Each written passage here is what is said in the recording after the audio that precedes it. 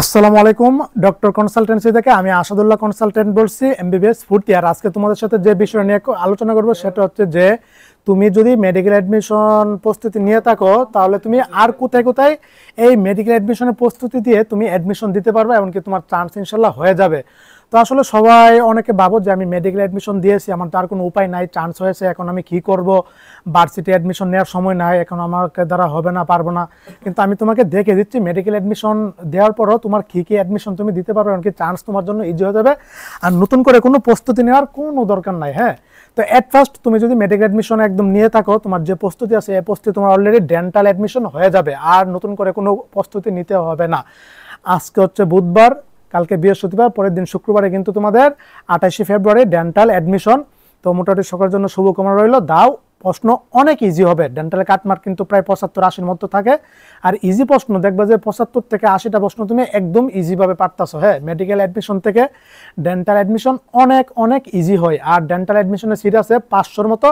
তো তুমি ইনশাল্লাহ নিজের উপর আত্মবিশ্বাস রাখো, কনফিডেন্স রাখো, ইনশাল্লাহ চান্স হয়ে যাবে। হোক আর না হোক কোনো সমস্যা নাই। আর ডেন্টালে তোমার দেখা গেছে যে এখানে মেধাবীদের প্রতিযোগিতা কিন্তু কমে যাবে। অলরেডি যাদের মেডিকেল অ্যাডমিশনের চান্স হয়ে গেছে ওরা কিন্তু এখানে অনেকে আসবে না, ধরো অনেকে আসবে না, বুঝছো, অনেকে প্রস্তুতিবিহীন পরীক্ষা দিবে। তো যারা এতদিন ধৈর্য ধরছো, চান্স হয়নি মেডিকেলে, তারা কিন্তু প্রস্তুতি পড়ছো, মোটামুটি প্রস্তুতিটা অনেক ভালো আছে।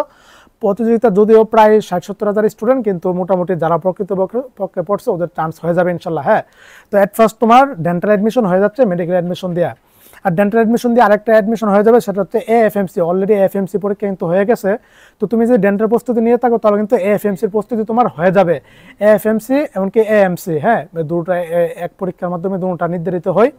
তো এই মেডিকেল অ্যাডমিশন দ্বারা কিন্তু এটাও তোমার হয়ে যাচ্ছে, অলরেডি 3টা প্রস্তুতি হয়ে গেছে। 2 নাম্বার যেটা, সেটা হচ্ছে যে মেডিকেল অ্যাডমিশন দিয়ে তোমার গুচ্ছ, তার মানে যেটা জিএসটি গুচ্ছ অ্যাডমিশন কিন্তু তোমার হয়ে যাবে। হ্যাঁ, আর এই গুচ্ছটা কিন্তু আমাদের তোমার আলাদাভাবে প্রস্তুতি নেওয়ার কোনো ইয়া নাই, মেডিকেল অ্যাডমিশনেই গুচ্ছ হয়ে যায়। প্রশ্নগুলি ওই প্যাটার্নে থাকে, জাস্ট শুধু এখানে বাংলা আর ইংলিশ থাকে, এখান থেকে তোমার একটা দাগাতে হবে। হ্যাঁ, বাংলা থেকে মানে ম্যাথ আর হচ্ছে ইংলিশের মধ্যে তোমার যে কোনো একটা দাগাতে হবে, এরকম কিছু একটা কি ওইরকম অপশনাল হিসেবে একটা 2টা সাবজেক্ট আছে, ওই ম্যাথ দাগাবা অথবা ইংলিশ দাগাবা, 2টা দাগালে মোটামুটি ভালো একটা এমনকি পজিশন করতে পারবে। এমনকি গুচ্ছ অ্যাডমিশনের সিট আছে প্রায় 10,000-এর মতো, বুঝতে পারছো। এখানে প্রতিযোগিতা, এখানে চান্স কিন্তু একদম ইজি, 10,000 সিটের মধ্যে চান্স। তুমি যদি 20,000 পজিশনে থাকো তোমার অবশ্যই ওয়েটিং থেকে কোনো না কোনো ভার্সিটির চান্স হয়ে যাবে। আর গুচ্ছের মধ্যে কিন্তু তোমার যে জীববিজ্ঞান অনুষদের যে সাবজেক্টগুলি আছে সেগুলো কিন্তু তুমি মোটামুটি পেয়ে যাবা যদি একটা ভালো মার্ক করতে পারো। যেমন microbiology, pharmacy, genetic engineering, biotechnology, তারপর হচ্ছে তোমার বায়োকেমিক্যাল ইঞ্জিনিয়ারিং, এগুলো কিন্তু তুমি পেয়ে যাবা। তাছাড়া প্রাণীবিদ্যা, উদ্ভিদ বিজ্ঞান, এগুলো কিন্তু পেয়ে যাবে, এগুলো কিন্তু ভালো সাবজেক্ট, বুঝতে পারছো। তারপর হচ্ছে তোমার কৃষি গুচ্ছের মধ্যে তারপরে তোমার হয়ে যাবে, কৃষি গুচ্ছের মধ্যে সিট আছে প্রায় 3,000। মেডিকেল অ্যাডমিশন দ্বারা তোমার কৃষি গুচ্ছ ইনশাল্লাহ হয়ে যাবে।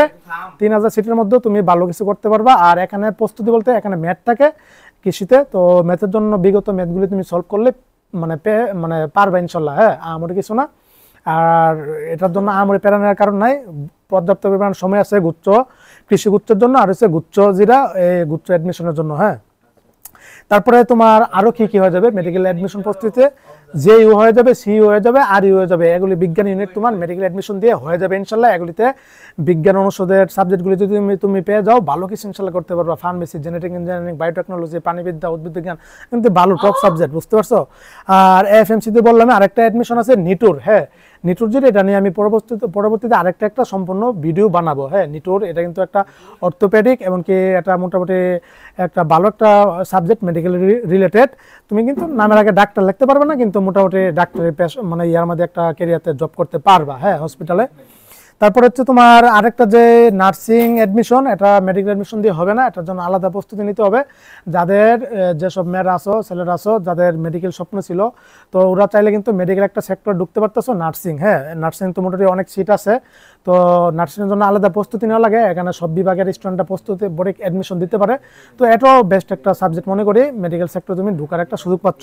তো এই অ্যাডমিশনগুলো কিন্তু মেডিকেল অ্যাডমিশন নেওয়ার মাধ্যমে তুমি প্রস্তুতির মাধ্যমে তোমার এগুলি হয়ে যাবে ইনশাল্লাহ। হ্যাঁ, তো এখনো পর্যাপ্ত পরিমাণ সময় আছে। যাদের চান্স হয়নি মেডিকেলে, আমি জানি এখন বর্তমানে তোমরা পড়ালেখা হচ্ছে না, কিছু হচ্ছে না, বই ধরলে কান্না আসে অল্পের জন্য, যাদের চান্স মিস হয়ে গেছে কোনো কারণ নাই, একটু রিল্যাক্স থাকো, অ্যাডমিশনগুলি দাও, পর্যাপ্ত পরিমাণ সময় আছে ইনশাল্লাহ, ভালো কিছু হয়ে যাবে। তারপরে যারা ফার্স্ট টাইমার আছো একটা ভার্সিটিতে ভর্তি থাকো, তারপরে সেকেন্ড টাইম দিয়ে তুমি মেডিকেল প্রস্তুতি দিয়ে দাও, ভালো কিছু ইনশাল্লাহ হয়ে যাবে। হ্যাঁ, তো এই ছিল, সবাই ভালো থাকো, সুস্থ থাকো, সকলের জন্য অনেক অনেক শুভকামনা রইল। আর ডিসক্রিপশন বক্সে আমার নাম্বার দেওয়া আছে, যে কোনো প্রয়োজনে মেডিকেল অ্যাডমিশন, প্রাইভেটে, মেডিকেলে, জেনারেলে এমনকি মেধাগোটে ভর্তির জন্য আমার পরামর্শ নিতে পারো। আসসালামু আলাইকুম ওয়া রাহমাতুল্লাহি ওয়া বারাকাতুহু।